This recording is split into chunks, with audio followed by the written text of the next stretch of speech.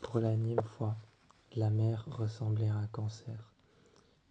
Elles bercèrent d'illusions la lune, bercèrent d'illusions la mer, qui ressemblait à un cancer. On avait l'impression de voir une radiographie, tout droit sortie d'un scan, la radiographie d'un cancer, que l'on pouvait apercevoir, les taches blanches de la lune, en mouvement sur les vagues, l'eau qui était devenue noire, alors que le matin, grâce au soleil, cette eau est cristalline. Cette eau est bleu azur, cristalline, presque transparente, où l'on peut en apercevoir les fonds. Là, elle en était noire, à cause du ciel, et la lumière de la lune, en plein milieu des deux rochers, qui se rejoignaient en arc de cercle, projetèrent une lumière blanche sur les vagues. Je suis arrivé près de toi, Mélane, et j'ai posé ma main sur ton épaule. Tu t'es tourné vers le côté, près du mur, et j'ai dit, viens, lève-toi, il faut que je te parle. Tu as passé ta main dans tes cheveux, tu m'as regardé, et tu as dit, comment ça, il faut que tu me parles? Tu as pris ton GSM, tu as pris ton GSM en main, le détachant du chargeur, et tu as dit, comment ça, il faut qu'on parle, il est 2 heures du matin. Je t'ai regardé et j'ai dit, oui, prends rapidement ton manteau, et je te l'ai donné en main. Tu m'as regardé et tu m'as dit, où est-ce qu'on va? Tu as mis un jeans devant moi, et je t'ai regardé et j'ai dit, viens, on descend. On est descendu et nous sommes allés dehors. Dehors, le vent soufflait extrêmement fort.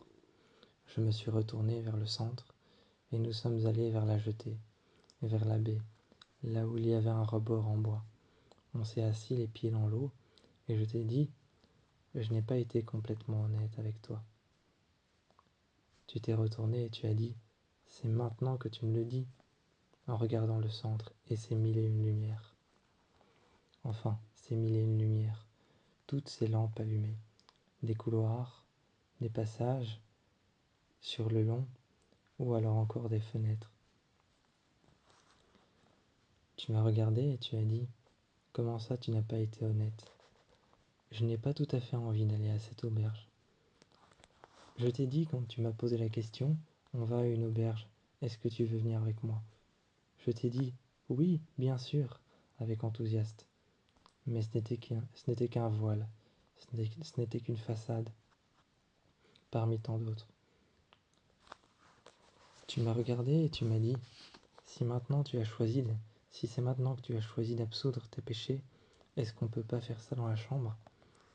Je me suis retourné vers le centre et j'ai dit, non, je préfère faire ça dehors.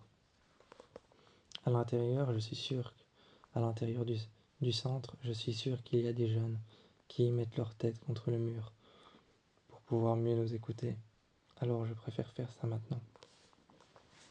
Tu m'as regardé et tu as dit, ok, faisons ça. Le lendemain, on est rentré dans la voiture, j'ai ouvert la portière et j'ai déposé mon sac à l'arrière.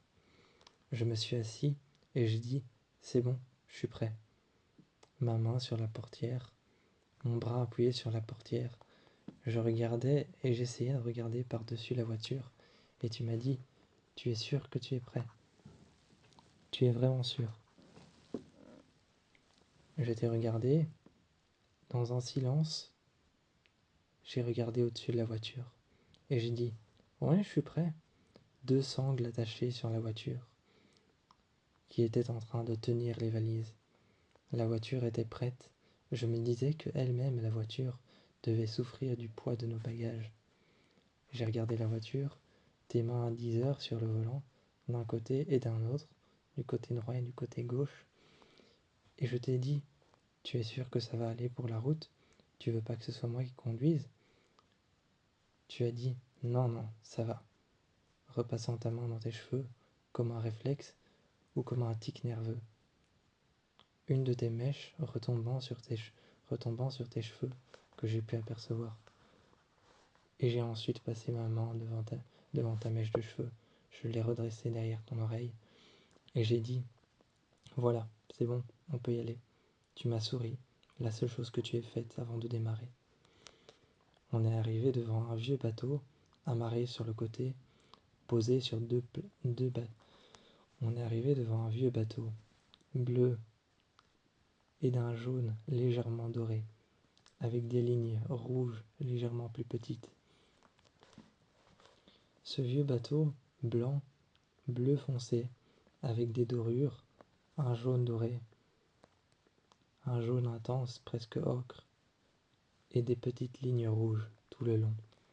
Une porte qui ressemblait à une porte tourniquet. Au-dessus, des dorures au-dessus de la porte, avec des écritures anciennes.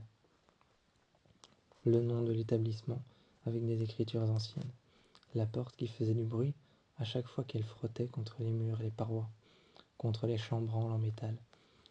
Tu as poussé la porte, et moi j'avais les bagages, enfin j'avais mon sac en main. Nous sommes rentrés, et les chambres me paraissaient beaucoup plus contemporaines que je ne les avais imaginées. Je me suis effondré sur l'un des lits, et j'ai dit, bon, ben voilà, c'est fait. Jusqu'à ce qu'on se rende compte qu'il y avait une psychologue franchissant la porte qui nous a dit, je peux rentrer? Je l'ai regardée de haut en bas, et j'ai dit, a priori, madame, vous êtes déjà rentrée. Elle s'est assise avec un sourire en coin et nous a regardés en disant, voilà, alors ce n'est pas tout à fait ce que vous imaginez. Nous ne sommes pas en classe verte, ou nous ne sommes pas en classe C. Nous ne sommes pas en classe verte, ou nous ne sommes pas en voyage. Ce n'est pas un voyage simple ici. Ça en avait tout l'air, et c'est à partir de cet instant que tout s'est détruit sous mes pieds.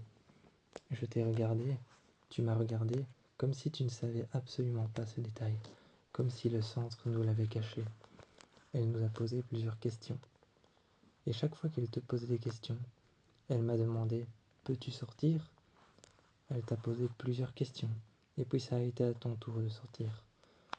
Je t'imaginais déjà assis par terre, en train de réfléchir, ou en train de faire autre chose, d'essayer de voir par le Judas de la porte. Pourquoi y avait-il un Judas à chacune des portes? Je l'ignorais. Mais une chose est sûre, c'est que le soir, avant de dormir, je me sentais observé.